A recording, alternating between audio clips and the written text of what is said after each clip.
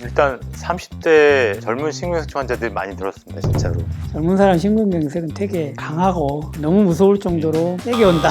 고혈압, 당뇨, 고지혈, 흡연 이런 것과 관련이 있다는 걸 잘 모르시더라고요. 그러니까 사망도 많고 혈관이 막혀서 심장 근육이 썩는데 굉장히 빠른 속도로 썩어요. 특히 금연 꼭 해야 된다.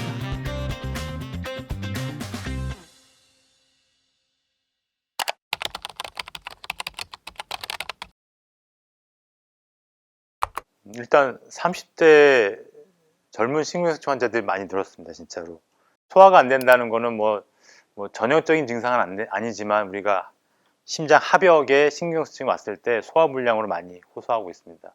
실제로 한 예를 들었을 때 환자분이 30대가 술 취해서 왔어요. 술 취해서 와가지고 막 너무 막 난동을 피우고 괴로워하니까 다들 술 먹고 그런 줄 알고 막 환자가 배 아프다 하니까 막 소화기 내과 부르고 막 그러다가 나중에 심전도 찍고 심근경색 심전도인 줄 알고 나중에 이제 연락이 오는 그런 경우가 있었던 예가 있거든요. 뭐 숫자적인 나이 말고 진짜 몸의 생리적인 나이가 많이 현대 사회에서 변하고 있기 때문에 환경 호르몬도 있겠지만 본인의 생활습관 관리가 안 되는 부분들이 많거든요. 30대가 흡연도 많이 하시고 30대인데 딱 보면 50대 같은 몸을 갖고 계신 분들도 있고 그런 분들이 있기 때문에 심근경색증 30대라고 해서 간과해서는 안 될 것 같습니다. 심근경색증이 굉장히 이제 진단이 중요한 게 뭐냐면 혈관이 막혀서 심장 근육이 썩는데 굉장히 빠른 속도로 썩어요. 그래서 이제 응급실에 오시면 환자는 정신 차릴 틈이 없게 혈관을 뚫으러 들어가거든요. 그래서 그 의사들이 왜 이렇게 서두르냐? 심장 근육이 너무 빨리 죽기 때문에 그런 거거든요. 그래서 그렇게 고민하시는 사이에 심장 근육은 죽고 있을 수도 있으니까 만약에 내가 흉통 혹은 이제 명치 쪽 통증이 계속 지속되는 것 같다 이러면은 그냥 빨리 병원에 오시는 게 제가 볼 때는 가장 좋을 것 같습니다. 이 사회가 고도화되고 식습관이 변했다라는 걸 생각을 해야 됩니다. 그래서 그에 따라서 고혈압, 또 고지혈증, 또 담배 피는 사람이 늘고 당뇨가 늘었다. 이게 네 가지가 핵심적인 원인이기 때문에요. 특히 30, 40대도 당연히 늘죠. 그러니까. 근데 이게 빈도가 나이 드신 분들 느는 것보다 훨씬 빠르다는 거죠. 결국은 식습관, 흡연, 음주, 또 스트레스 이런 거, 특히 이제 과로나 뭐 이런 것들이 또 덩달아 늘어났다는 거고요.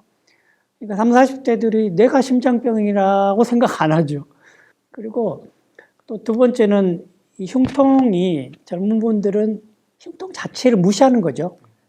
심장병으로 생각 안 하고 이제 또 그리고 흉통이 환자분에 따라서는 체했다라고 느낄 정도로 답답하고 소화 안 되는 것 같이 더 무르간 느낌.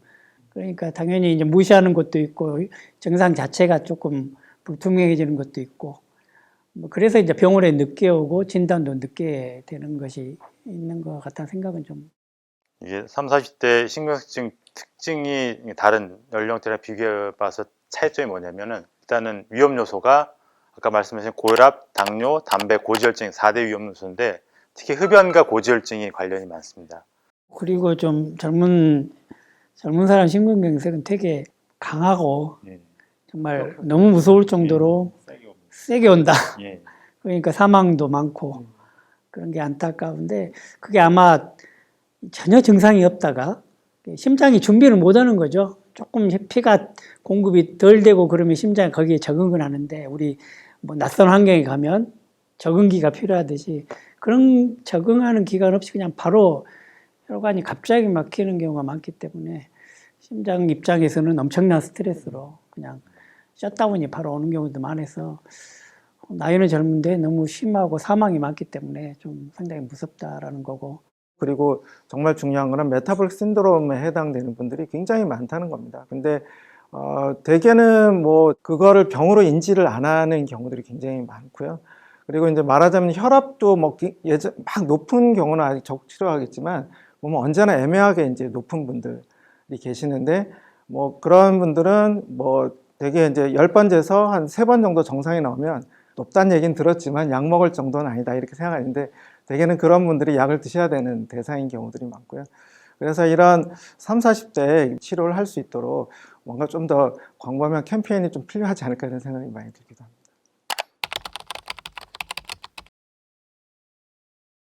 대부분 건강검진 무시하는데 실은 건강검진 안에 우리 심근경색의 4대 위험 인자를 다 체크할 수 있게 돼 있죠.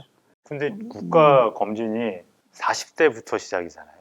30대는 좀 취약하긴 합니다. 그래서 30대는 뭐 취직을 해서 그 직장 검진을 해주지 않는 이상 자기가 특별히 검진을 안 하기 때문에 그 취약하긴 좀 하다는 생각도 듭니다. 대사 증후군이 있는지 없는지 확진이 가능한 세팅이 대개는 아주 기본 검진만 해도 보통 다 나오게 되고요.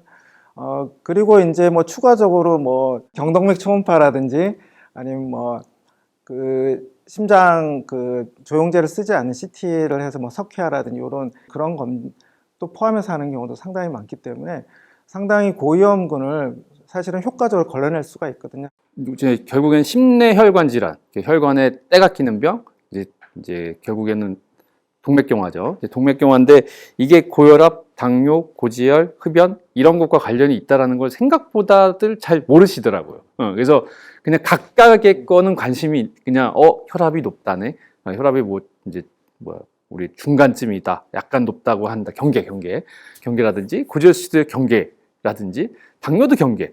근데 이게 종합선물센터로 다가오면은 그게 경계가 아니거든요. 그러니까 이게 경계가 쌓여서 결국 위험인자로서는 훨씬 더 높아지는 거고, 이게 하나의 항목이 높은 것보다 보통 2개 이상의 값이 합쳐질 때 훨씬 더 안 좋은 효과를 보이기 때문에 저희가 이제 그런 것들을 좀 더 계몽해야 될 필요는 있을 것 같아요. 그러니까 또 한 가지 추가드린 것은 이 자기 직계 가족이죠. 직계 가족이나 친족 중에 뭐 뇌졸중, 심장병이 있으신 분의 가족 자녀분들은 좀 체크를 미리 하셔야 되겠다라는 걸 말씀드리고요. 이제 심장병은 유전은 아니거든요. 유전은 아니지만 유전적인 성향을 저희들이 물려받는다 그러죠. 뭐 식습관이나 또 혈관의 취약성들 이런 것들을 물려받는 것이 있기 때문에 부모님 중이나 뭐 삼촌, 이모, 고모 중에 심장병 있는 분들은 좀 20대부터라도 혈압 체크, 그다음에 자기 혈당, 콜레스테롤 특히 해서 조기에 치료를 하면 되거든요. 특히 뭐 금연 꼭 해야 된다. 되게 중요한 것 같습니다.